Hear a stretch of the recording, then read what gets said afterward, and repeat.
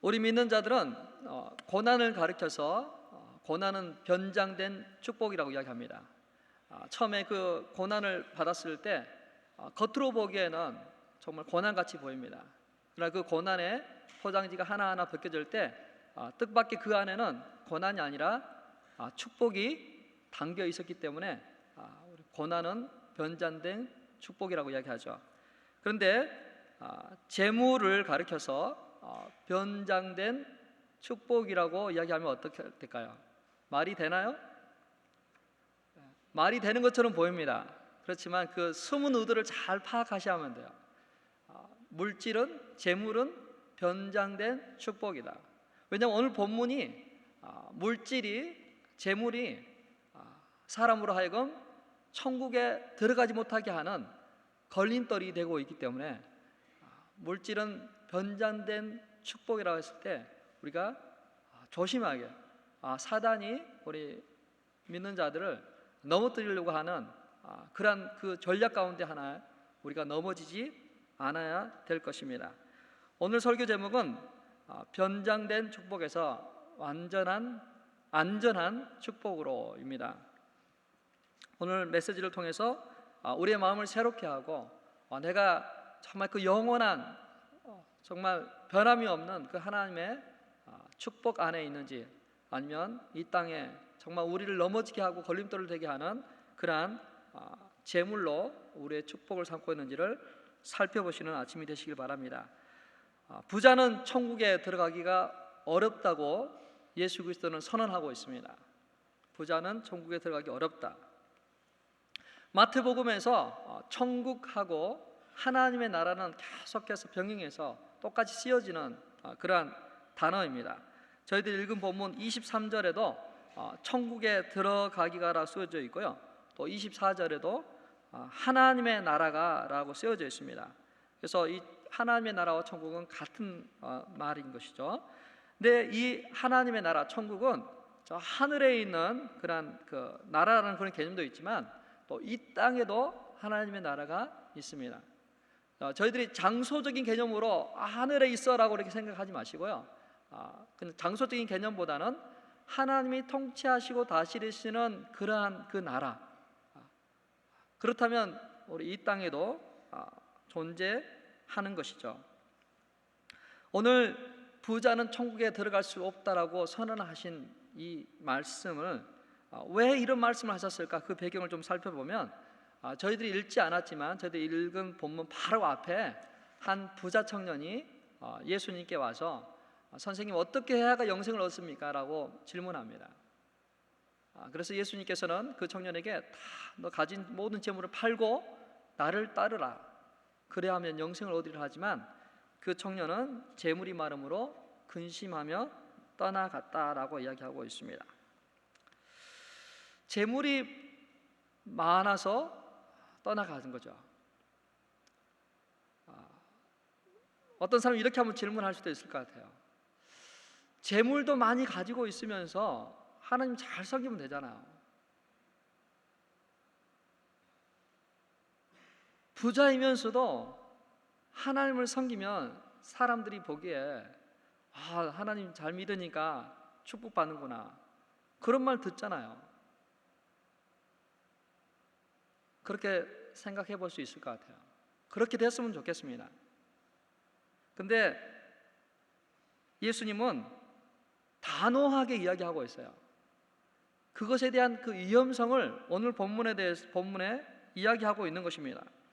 23절에 진실로 너희에게 이르노니 부자는 천국에 들어가기가 어려우니라. 이 진실로라는 말을 안 넣어도 되는데 진실로라는 말을 넣었어요. 강조하고 싶어서 진실로 너희에게 이르노니 부자는 천국에 들어가기가 어려우니라 라고 했습니다. 근데 그걸로 끝나지 않고 그 다음 절에 24절에 다시 너희에게 말하노니 부자는 천국에 들어갈 수 없다라는 그 비유를 낙타가 바늘기로 들어갈 수가 없다라고 이야기하는 거예요. 왜 예수님께서는 이렇게 부자에 대해서 이렇게 경고하고 있을까요? 여러분, 한 가지 여기서 저희들이 바르게 정리하고 넘어갈 것이 있습니다. 이 부자는 물질이 많은 사람을 이야기하지 않습니다.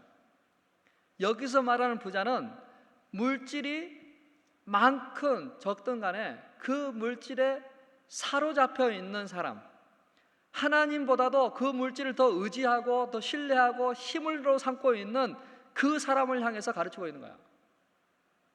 근데 물질이 적은 사람들은, 물질이 없는 사람들은 그 물질에 그렇게 사로잡히지가 않아요. 근데 재물이 많으면 많을수록 그 물질에 사로잡힙니다. 그래서 예수 그리스도는 이 부자에 대해서 단호하고도 강력하게 이야기하고 있어요.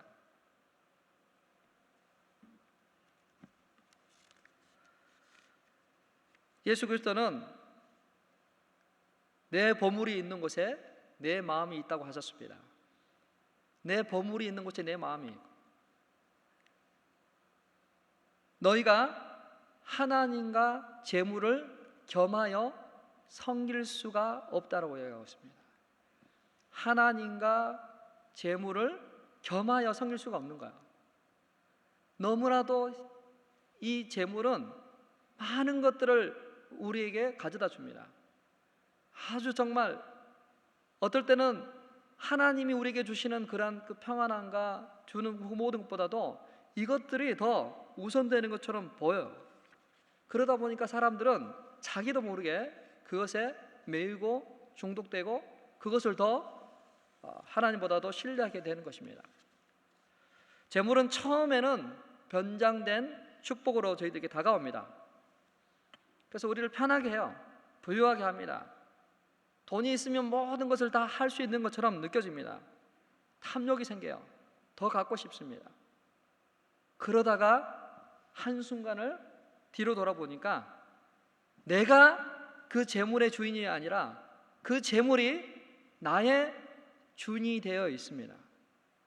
그 재물이 나를 사로잡아서 나로 하여금 하나님으로부터 멀어지게 하고 그 재물 가운데서 취하게 만들어 가고 있는 것입니다. 신앙적으로 점점 미지근해집니다.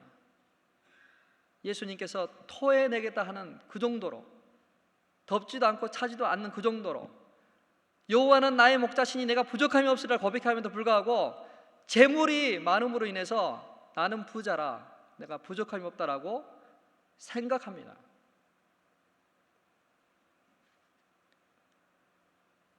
그래서 이 부자 청년은 예수님께 와서 그 영생을 얻기를 원했지만 그 재물을 많음으로 인해서 근심하고 돌아갔다 하고 있습니다. 사랑하는 성도 여러분, 이 아침에 근심하며 떠나가는 성도 없기를 바랍니다. 여러분이 분명하게 내 주인이 누구인가를 분명하게 알고 결단하고 나아가시길 바랍니다. 누가 재물을 섬기고 있는지 알 수 있을까요? 나는 재물을 섬기고 있을까, 하나님을 섬기고 있을까? 어떻게 알 수 있을까요? 두 사람이 길을 걷고 있습니다. 전혀 모르는 사람이에요.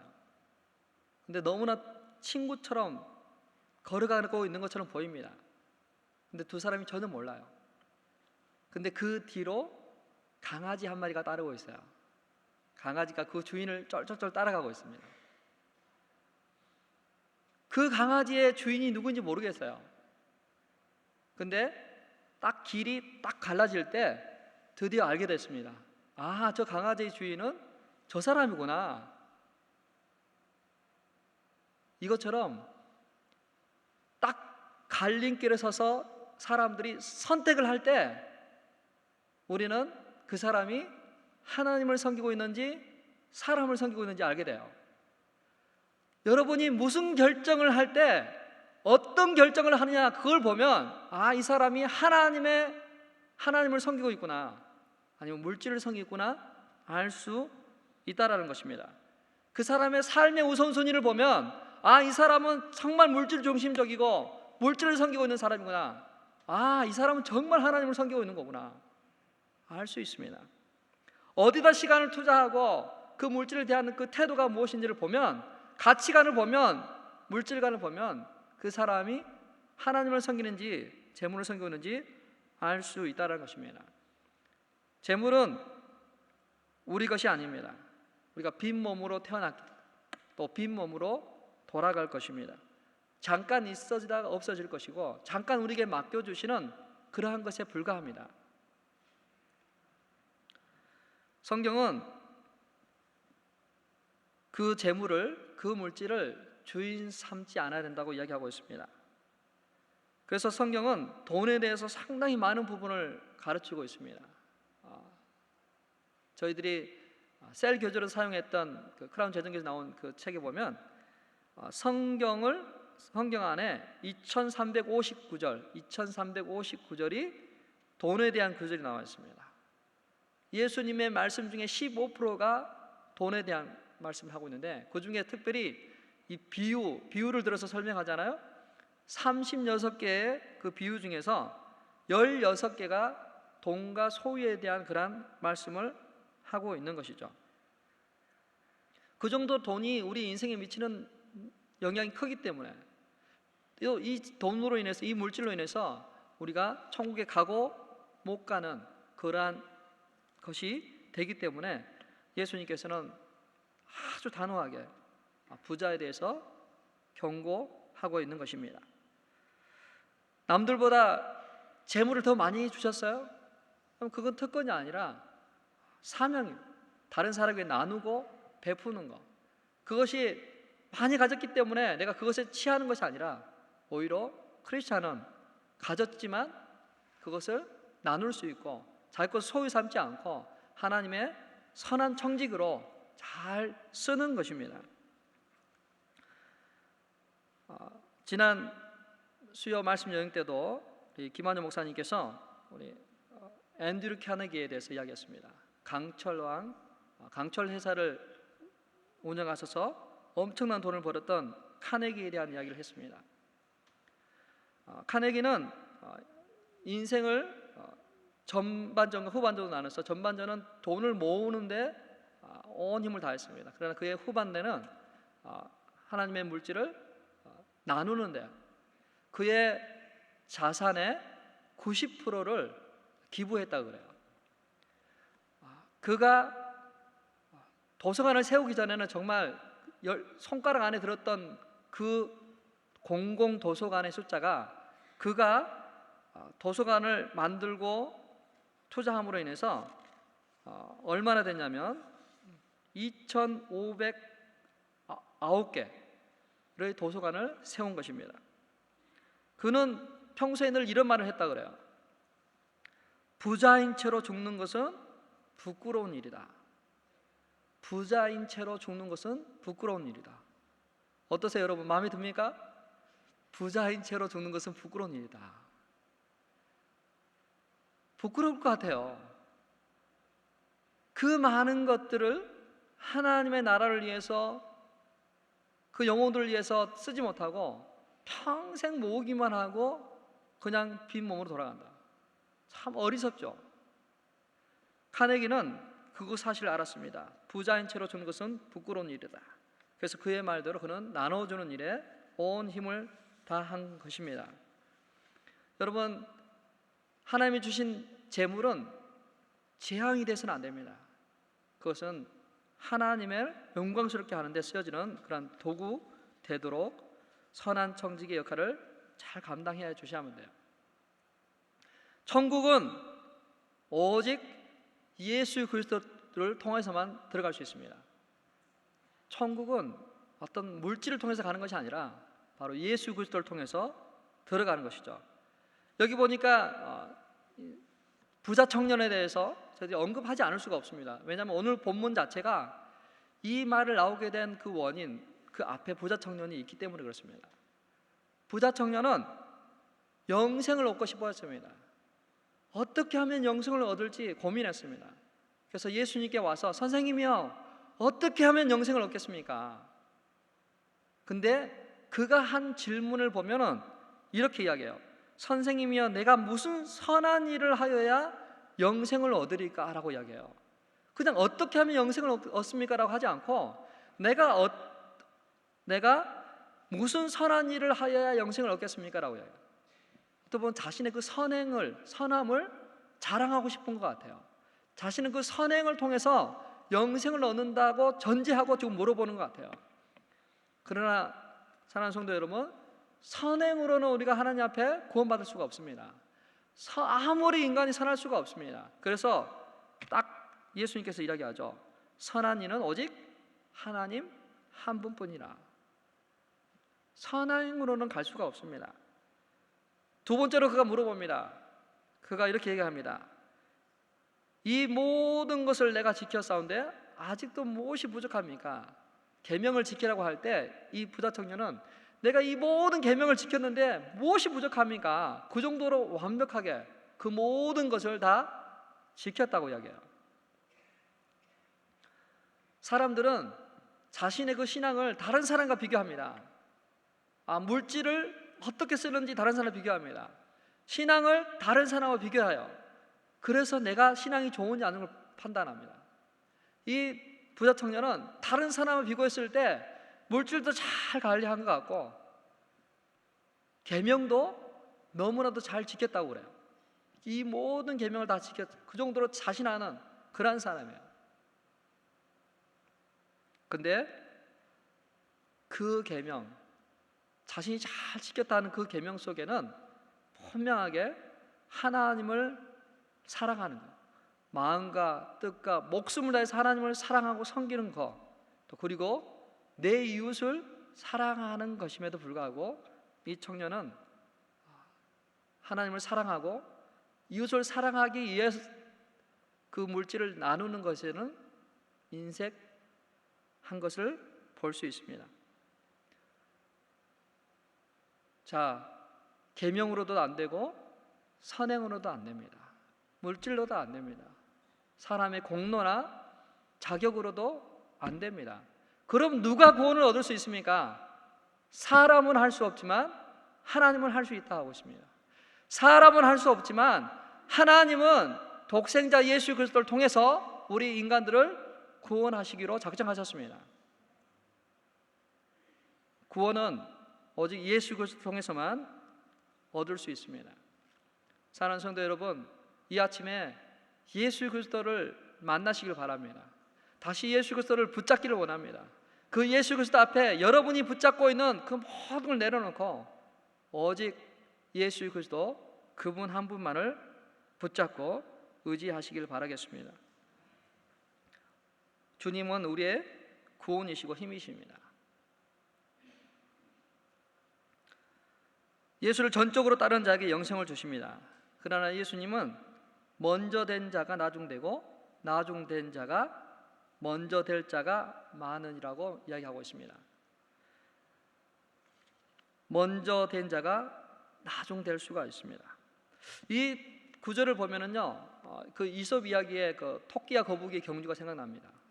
먼저 된 자가 나중되고 나중된 자가 먼저 되고, 또 성경의 많은 비유들 중에 돌아온 탕자의 비유가 생각납니다. 큰 아들이 먼저 됐지만 나중되고 작은 아들이 나중된 자였지만 먼저 되는 모습을 보게 됩니다. 이스라엘은 먼저 된 자였습니다. 그러나 나중되었습니다. 오늘 본문에 나온 부자 청년은 세상 기준으로 봤을 때는 먼저 된 자지만 나중됩니다. 근데 이렇게 해석할 수도 있지만 조금 더 이 먼저 된 자가 나중되고 나중된 자가 먼저 된 자를 조금 더 살펴본다면 오늘 읽었던 본문 그 다음 구절을 안 읽을 수가 없습니다. 왜냐하면 저희들이 읽었던 19장 30절 마지막 절에 그러나 먼저 된 자로서 나중되고 나중된 자로서 먼저 될 자가 많으니라, 이것은 그 다음 포도원 품꾼 비유를 하기 위한 서론에 불과해요. 그리고 그 포도원 그 품꾼들을 설명하고 난 다음에 맨 마지막 절에 또 이와 같이 나중된 자로서 먼저 되고 먼저 된 자로서 나중되리라고 결론을 내리고 있기 때문에 이 포도원 품꾼을 저희들이 살펴봐야만 돼요. 포도원 주인이 이른 아침에 나가서 그 일꾼들을 데리고 옵니다. 한 데나리온씩 주겠다고 이른 아침에 데리고 왔어요. 그리고 또 제3시, 6시, 9시, 11시에 나가서 그 일꾼들을 데리고 왔습니다. 일이 다 마치고 드디어 늦게 온 사람부터 품삯을 줍니다. 한 데나리온을 준 거 보고 일찍 온 사람들이 생각합니다. 아, 저 1시간밖에 일한 사람이 한 데나리온을 받으면 우리는 더 많이 주겠지라고 생각했는데 똑같이 한 데나리온 주는 거야. 그래서 원망하고 불평해요. 자, 이걸 통해서 우리에게 뭘 줄까요? 먼저 된 자가 나중되고 나중된 자가 먼저 된다. 똑같이 품꾼을 비교하면 먼저 온 사람들이 나중되고 나중에 온 사람들이 먼저 된다, 이렇게 이야기할 수 있습니다. 그러나 이 속에 숨은 그런 의도가 뭘까요? 먼저 우리가 믿은, 우리 적용해 보면 먼저 우리가 믿은 사람들이 나중되고 나중에 온 새 가족들이 먼저 되고, 그건가요? 여기서 어떤 상하를 가리는 것이 아니에요. 누가 높고 낮음을 가리는 것이 아닙니다. 누가 공로가 많고 적음을 가리는 것이 아니에요. 하나의 그 공동체 안에 있는 우리 성도들은 다 사실은 하나님의 은혜 가운데 들어온 사람들, 하나님의 은혜 가운데 그 포도원에 들어왔고 하나님의 그 은혜 가운데 그 한 데나리온을 주어졌습니다. 그것처럼 그 하나님의 공동체에 들어온 사람들은 다 하나님의 은혜로 들어왔고 구원받았어요. 그래서 높고 낮음도 없고 누가 공로가 많고 그것도 없는 거예요. 그래서 일찍 들어온 사람들은 자신의 공로나 자신의 어떤 그것을 자랑하지도 말고 그것을 찾으려고도 하지 마시고 오히려 늦게 들어온 사람들을 섬기고자 하는 그런 즐거운 마음들이 있어야 되고, 늦게 들어온 사람은 이미 들어온 사람이 수고하고 땀 흘려서 이렇게 해놓은 것에 대한 감사가 있는 것, 그것이 바로 오늘 본문을 통해서 우리에게 주시는 이 먼저 된 자가 나중되고 나중된 자가 먼저 된다는 말을 우리 신앙 가운데서 적용해 볼 것이 있습니다. 사랑하는 성도 여러분, 우리는 다 하나님의 은혜로 구원받았습니다. 그 어떤 것으로도 대가를 치를 수 없습니다. 하나님이 주신 물질, 축복이기지만 하지만 그 축복이 축복되도록 여러분 그 물질을 잘 관리하시고 다스리시고 그것에 매여 있지 않고 오히려 하나님의 나라와 의를 위해서 저 하늘의 보화를 쌓고 그것을 투자하고 나누고 베푸는 일에 여러분의 온 힘을 다하시길 바라겠습니다. 그래서 우리가 다 여기에 있는 모든 우리 성도 한 분 한 분들이 다 저 천국문에 들어가는 그러한 복을 누리시기를 예수님의 이름으로 축원합니다.